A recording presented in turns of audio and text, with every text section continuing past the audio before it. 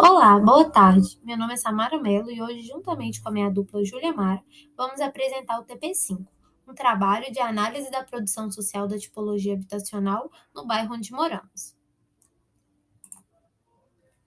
Esse trabalho foi desenvolvido na disciplina extensionista Teoria da Produção Habitacional, com orientação da professora Viviane Zelortini. Desenvolvemos pesquisas sobre a tipologia habitacional do Departamento de Habitação Popular, também conhecido como DHP, e escolhemos o conjunto Governador Juscelino Kubitschek como objeto de análise. Contamos com informações cedidas em entrevistas pela moradora Jane Scheib, moradora do conjunto atualmente. A tipologia habitacional desenvolvida pelo DHP são habitações coletivas verticalizadas. O JK não foi feito pelo departamento, mas se enquadra nos conceitos dessa tipologia, além de ter uma arquitetura como serviço urbano e bem localizado.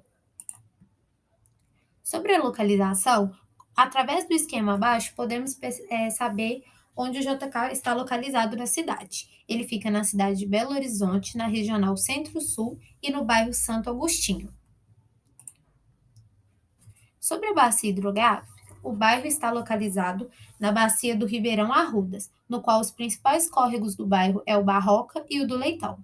O terreno da obra em estudo fica localizado no fundo do vale e sua proximidade com Arrudas, de 680 metros, impõe algumas condicionantes, como procriações de pragas urbanas e áreas com risco de transbordamento. Esses fatores são provenientes da falta de planejamento urbano, aliado ao processo de urbanização do córrego do Arrudas, no qual foi parcialmente tamponado e teve sua margem reduzida de forma significativa.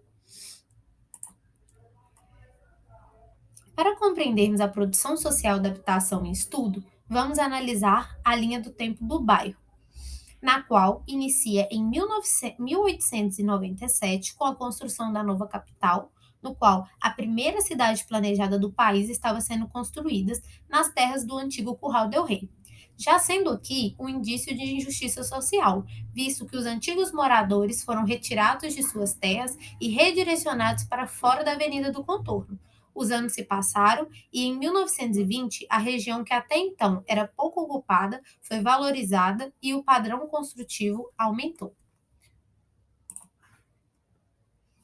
Se passaram mais de 50 anos e o processo de industrialização se intensificou e teve um ápice em 1970, no qual os córregos foram tamponados e o bairro Santo Agostinho foi verticalizado.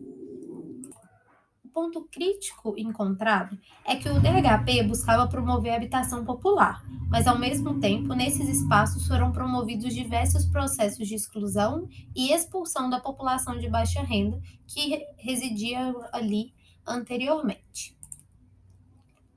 Com o intuito de compreender sobre a política habitacional em estudo, trouxemos uma linha do tempo das políticas habitacionais do Brasil, indicando especificamente qual ano o DHP foi instituído, que foi de 1946 a 1962.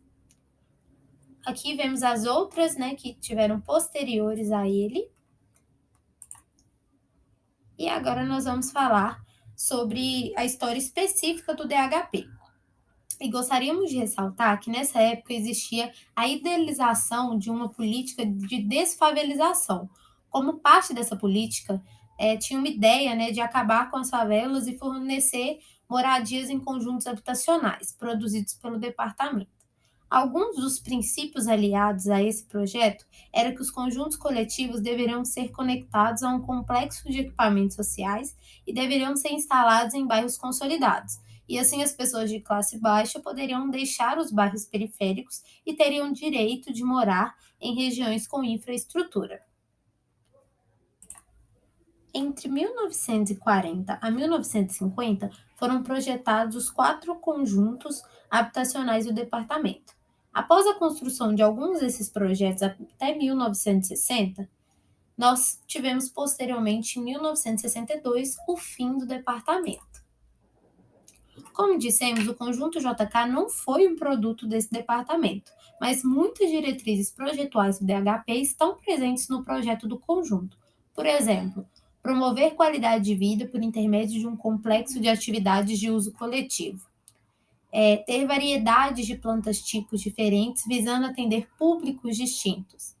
A relação da implantação em bairros já consolidados e bem assistidos. Espaços de lazer dentro do complexo, áreas destinadas aos usos comerciais e públicos, e ambos estavam ligados a uma arquitetura modernista. Nessa linha do tempo do conjunto JK, nós gostaríamos de contar um pouco sobre a história do que foi essa edificação, que tem início ali em 1950, onde o Estado forneceu o terreno. Em 1951, nós tivemos o lançamento do projeto do conjunto, né, feito pelo arquiteto Oscar Niemeyer, e em 1970, nós tivemos a inauguração efetiva do conjunto JK, chegando até os desfechos, né, de atualmente, no qual o bem foi tombado oficialmente em 2022. Concluímos, então, que diferente do DHP, cuja proposta era arquitetura como serviço público, o JK foi viabilizado por uma parceria público-privada, mas que manteve o ideário do movimento moderno, inspiração para as ambas tipologias.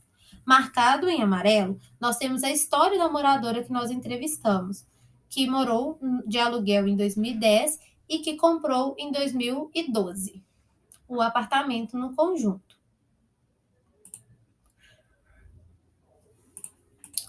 Diferente do DHP, no qual a terra é uma propriedade privada, na relação da política fundiária, nós temos o JK com uma parceria público-privada. Nesse diagrama agora nós iremos mostrar as relações sociais de produção dentro desse empreendimento. No círculo principal a gente vai ter o Estado, que no caso do JK vai doar o terreno para a construção do conjunto. Em seguida a gente tem a figura do incorporado, que vai fazer a ligação entre as partes, que seriam o Estado, o corpo técnico e o construtor. E a ideia dessa tipologia é que o corpo técnico, o arquiteto, engenheiro, especialista, eles tivessem autonomia na concepção dos projetos. Ou seja, suas ideias elas vão ser levadas em consideração e vão ser essenciais para a maneira como o edifício vai ser. Já os construtores, eles não vão ter tanta autonomia, na verdade nenhuma, e somente vão receber as ordens de serviço do corpo técnico. Porém, olhando o todo, mesmo sem autonomia, eles vão continuar numa posição privilegiada dentro dessas relações. Isso não vai acontecer no canteiro de obras, por exemplo, já que o número de trabalhadores vai aumentar e a quantidade que eles vão receber não vai ser suficiente para que eles consigam comprar ou morar no local que eles estão construindo. Isso vai acabar gerando uma exclusão por classe social, já que as pessoas que efetivamente estão ali construindo não vão conseguir participar do final da construção, né, que no caso seria a parte para morar. E agora a gente vai falar um pouco sobre como o edifício JK, o conjunto, ele está inserido na cidade. O conjunto ele fica em um bairro bem localizado dentro da cidade, que foi planejada por Arama Reis, ali dentro da Avenida do Contorno.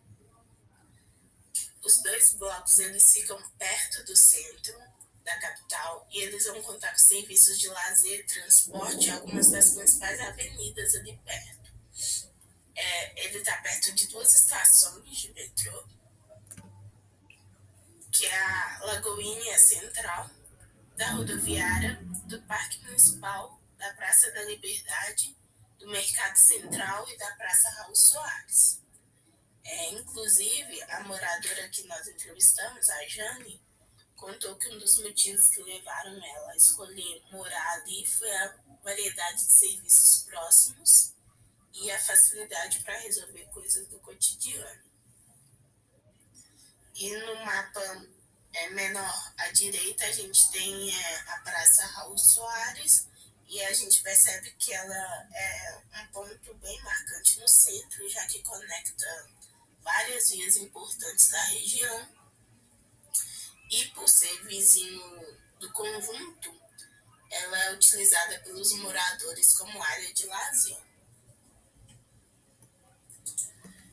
Já que falando um pouco sobre a implantação da tipologia, agora a gente vai falar sobre a movimentação de terra. O bloco B, por ele estar em uma área mais plana, não necessitou de tanta retirada de terra.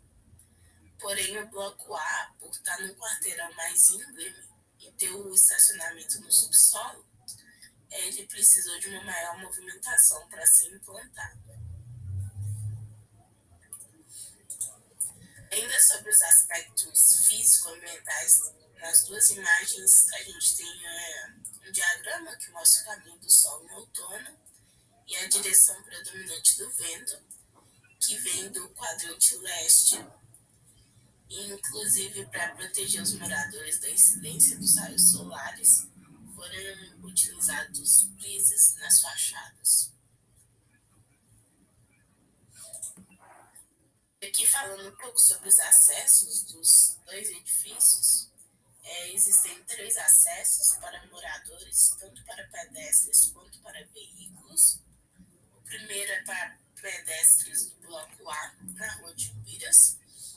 Ele está no nível abaixo da rua e pode ser acessado através de rampas.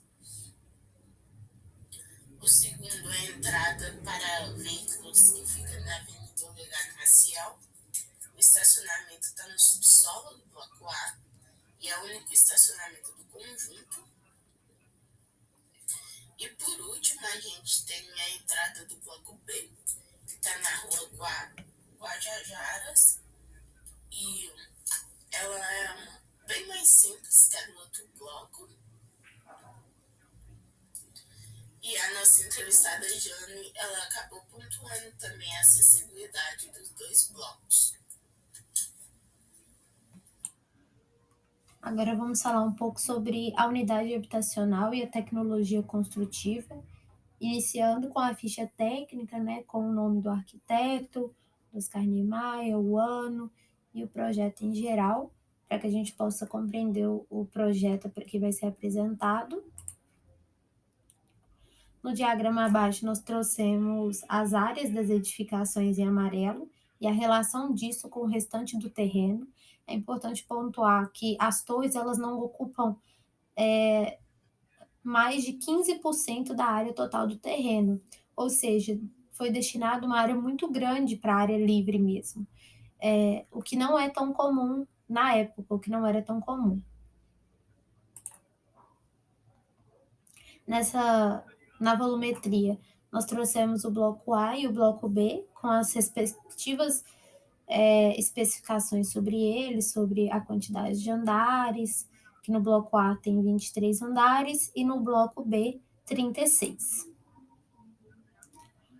A edificação ela é dividida em 3 setores, sendo eles privado, semi-privado e comercial, como mostra no esquema ao lado.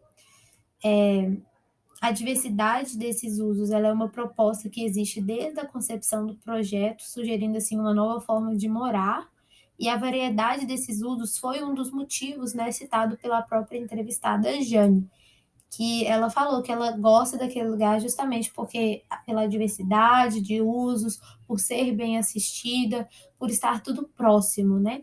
Então isso foi algo que ela pontuou como positivo para escolher, né, morar nesse local.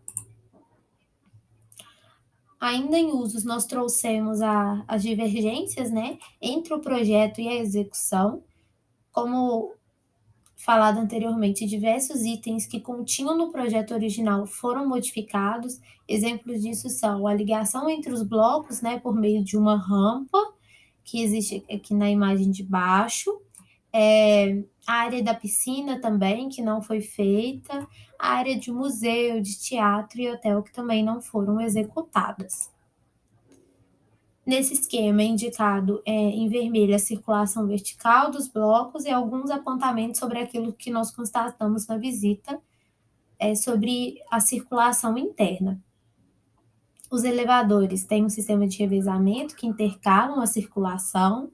As escadas de emergências não são padronizadas, sendo algumas partes curvas e sem patamares.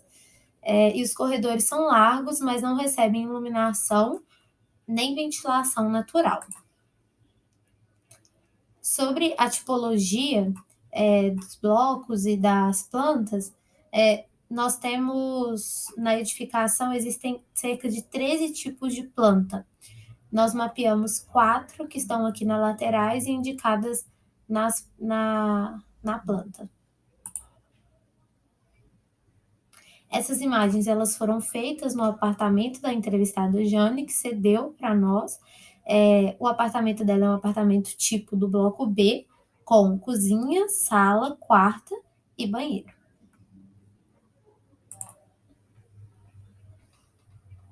Aqui nós apontamos em estratégias projetuais.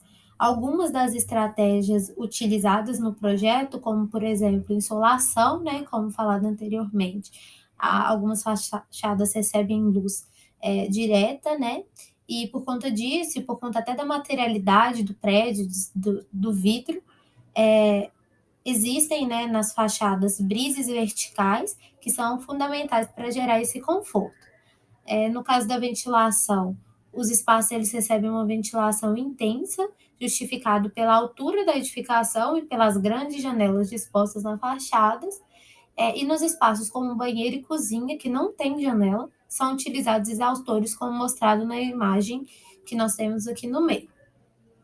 Quanto à flexibilidade, os apartamentos eles são construídos dentro de uma modulação e não podem ser retirados, né, nenhuma parte estrutural. Sendo assim, essas formas são permitidas desde que não sejam estruturais. As portas dos corredores e as janelas devem ser mantidas. Aqui nós fizemos um levantamento sobre qual seria o valor médio dos imóveis, um comparativo, e gira em torno de 200 a 350 mil. Essa variação ela vai devido à diversidade também dos apartamentos oferecidos e também a condição, né, que eles se encontram. Sobre o sistema construtivo, o prédio tem uma modulação estrutural, nas quais os apartamentos são dispostos dentro desses eixos, os vãos entre os eixos são separados por paredes autoportantes, que descarregam suas forças nos andares inferiores sobre pilares em V, como podemos ver aqui nas imagens, né, os pilares bem robustos, e a materialidade é concreto moldado em loco em um sistema de lajes, vigas e pilares. Agora, em relação às orientações técnicas. A nossa primeira proposta é a reciclagem. Vem da preocupação a respeito da quantidade de resíduos sólidos que são produzidos ali no conjunto. Em cada andar dos blocos existe uma saída de lixo que leva até uma caçamba na rua, onde posteriormente vão ser recolhidos pelos órgãos competentes. Nesse sentido, nós pensamos que um local residido por tantas pessoas é essencial que se pense em minimizar o impacto ambiental, e uma dessas formas seria a criação de lixeiras separadas para reciclagem. Para tornar o projeto viável, nós constatamos que existem 2 cooperativas e associações de catadores e trabalhadores de materiais recicláveis que atuam na região, a Asmari e a Associ Reciclo. Ambas ficam perto do conjunto, como podemos ver no mapa. As duas ficam entre 700 metros e 1 quilômetro e 200 metros do conjunto. Nossa segunda proposta é a melhoria dos espaços comuns dos 2 blocos. Na visita técnica, nós observamos que os espaços comuns e de lazer, eles estão em um estado bastante degradados. E no parecer do tombamento do conjunto, a gente pode observar que algumas soluções propostas podem ser seguidas. são a isenção do IPTU, visando um fundo financeiro para a requalificação, a captação de recursos pelo condomínio, através de aluguel de vagas de estacionamento, a maior participação de órgãos públicos com instrumentos que ajudem a transformar o local e o incentivo à abertura dos espaços comuns à população em geral. Com essas propostas, os espaços ali, principalmente a praça, podem acabar sendo melhorados. Essas foram as referências que nós utilizamos para a realização do trabalho. Muito obrigada por terem acompanhado até aqui.